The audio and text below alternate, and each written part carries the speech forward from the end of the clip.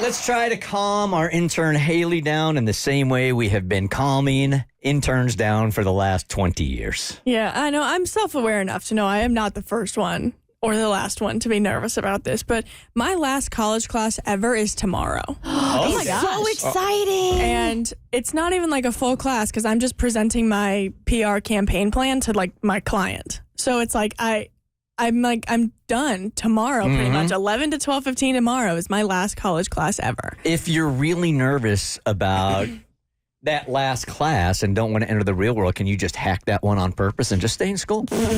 No, I've done too well up to this point to where if I fail this tomorrow, like they're still going to be like, you need to graduate. They're like, get out of here. Give me that crap. Get out of here with that. I know, like the anxiety that's hitting me is I feel like this might sound a little dramatic, but I feel like the first 21 years of my life are they're dying. And it feels almost like a grief of some sort because it's like once I take that last class tomorrow and I graduate in 1 month, I feel like that part of my life is over and it's gone and it's never going to happen again. And then I feel like the rest of my life is starting.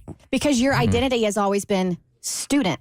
Yeah. And you will no longer be a student. Like, unless you plan on doing graduate school or things of that nature, you're done being a student. I was so ahead of the curve on this one. I was so nervous about graduating, I just decided never to do it. Okay. So Life I got hack. kicked out of school, right? It's a way easier way to do it. That was the best feeling ever. That's a core memory as far as that very last class, that last assignment. I will never forget the building I was in, the hallway I was walking down when I was done. But again, I took the scenic route, so I was done. After 5 years, I was I needed to be done. Are you mourning the past, or are you nervous for what's ahead of you? I think you don't both. have it. Okay. Because I have two brothers that are 11 and 12 years old.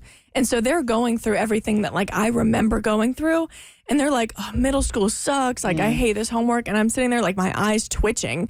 I'd give anything to be back in middle school again. And, you always say enjoy it while you're there. But then in middle school, you're like, oh, shut up. What do you know?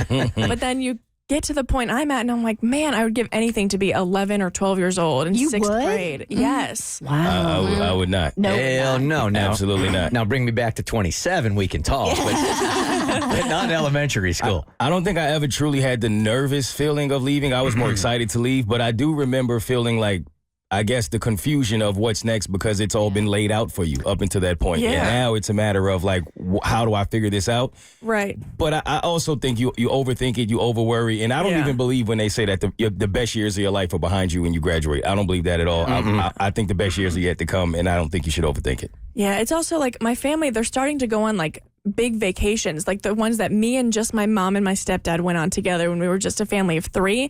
Now they're starting to do those vacations and those memories with my brothers after I'm going to be gone. So they have these trips planned, and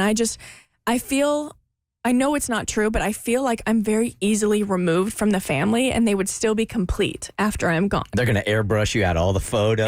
And that's the part I'm struggling most with. I'm like, man, they're about to go on an all-inclusive in Mexico in September, and I'm going to be, struggling with $45,000 a year, struggling to make ends meet, and even that, I don't know if I'm going to do because every job needs 7 years of experience. Right. That's the thing. That pain never goes away, too. Even last week, my mom's like, remember when we went on the cruise to Romania? And I'm like, no, I was working and you left me behind. Okay, well, remember when we went to California to see the redwoods?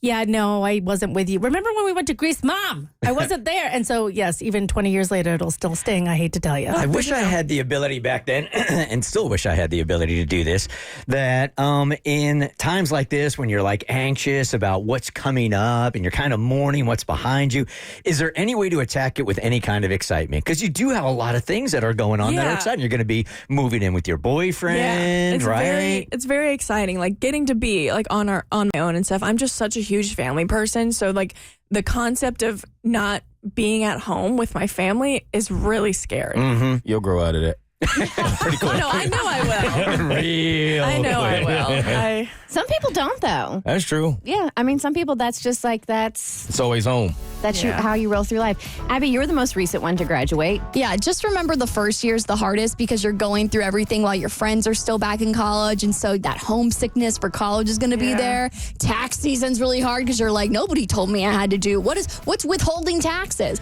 So just know the first year's going to be tough. And then after that, it's all uphill. The Bert Show.